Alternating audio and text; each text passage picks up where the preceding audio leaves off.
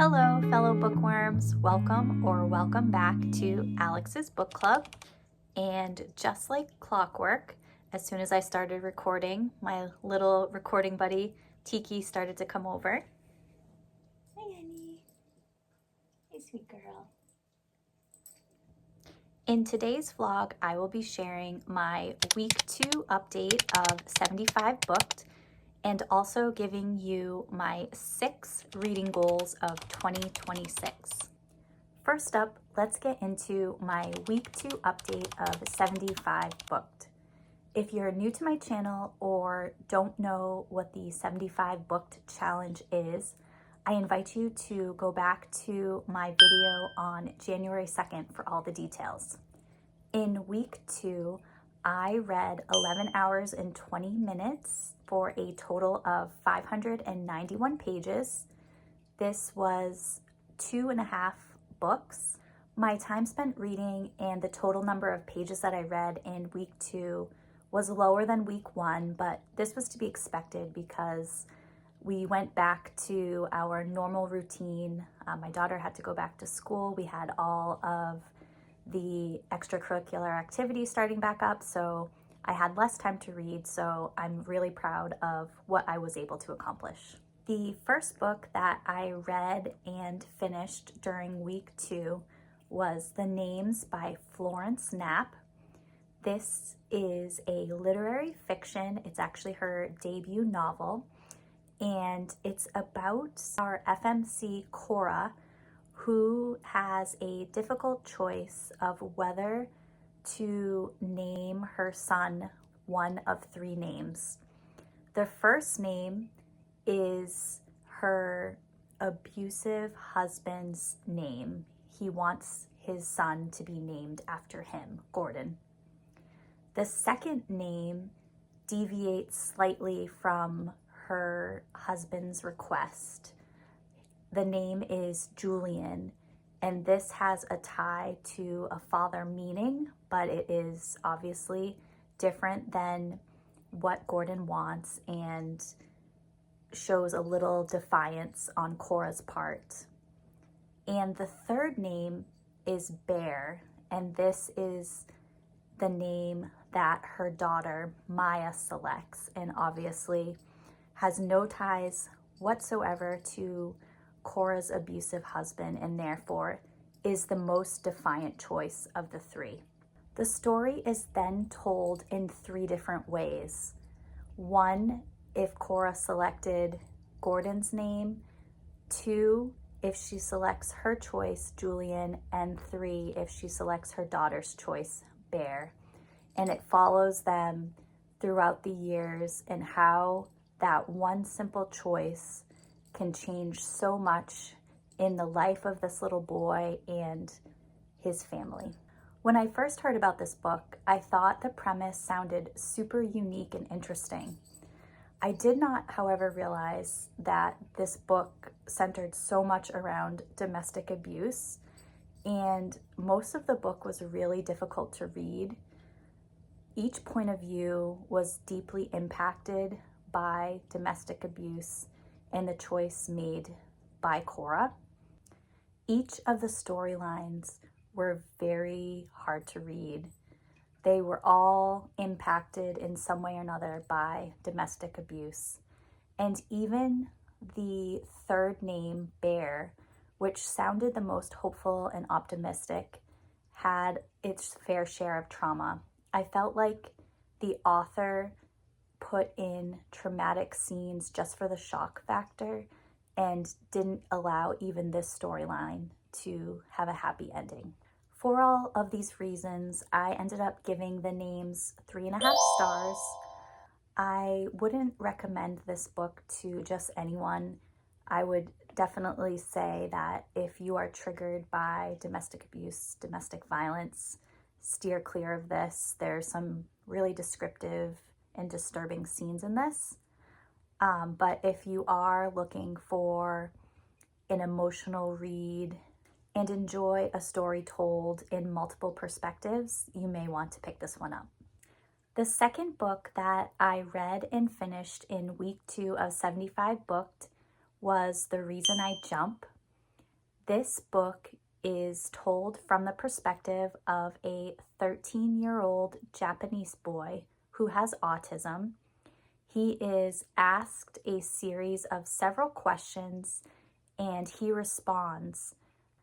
These questions range from why Naoki jumps when he's happy, why autistic people tend to wear the same clothing over and over again, and what the hardest aspect of having autism is. Naoki is a non-verbal autistic boy. He, along with the help of his mother and teacher, found a way to communicate through text, and it's just amazing and inspiring to see how he was able to communicate such a deep and profound understanding of his disability. This was a super quick and insightful read, one that I would recommend to anyone who has someone with autism in their family, or if you're a teacher and you're trying to understand, relate with, and or connect with someone with autism. I highly recommend that you read this. I gave it a solid 4 stars. And the last book that I started during week 2 and read only a portion of was Book Lovers by Emily Henry. I'm not going to get too much into this during this vlog because I finished it in week 3 and I want to give you my full review at that time. But spoiler alert, I may actually bump this up higher than my favorite previous Emily Henry book, Funny Story. So stay tuned for that full review. Now, switching gears to my 6 reading goals for 2026. My first goal is to read 75 books. Now, in 2025, I had set a goal to read 52 books. This would equate to 1 book a week. And I was able to surpass that by quite a few books. I read a total of 61 books in 2025. So I wanted to stretch this goal slightly, but also make it realistic. So I bumped it up to 75, and I'm hopeful that I will meet that goal this year. My second reading goal for 2026 is to complete the 75 booked challenge. At the time that I'm recording this video, I have successfully completed 17 of the 75 days. And again, if you are curious about what this challenge is, check out my previous video for more details. But essentially, it's a challenge to read more daily, stay hydrated, and journal your feelings and thoughts about your reads each and every day. My third reading goal for 2026 is to prioritize the books that I have put on my 26 in 2026 list. So I compiled a list of all my top reads from my TBR. There is a mix of genres and authors, and I really want to make these my top reads, not get sucked into what other people are reading or anticipated releases. Really prioritize the reads that I know I will enjoy. Of the 5 books that I've read so far in 2026, all have come from my 26 and 2026 list. So I know that I am prioritizing the right books and well on my way to meeting goal number 3. Reading goal number 4 is to read more books with autistic representation and or by autistic authors. This goal is probably one that I want to prioritize the most. My daughter is on the autism spectrum, and 2025, more than ever, I have come to realize that I need to be a strong advocate for her and for the autism community. So I want to promote and share all of my knowledge, also gain additional knowledge about my daughter and how to best support her and the autistic community. Goal number 5 is to read more books that I know I will love.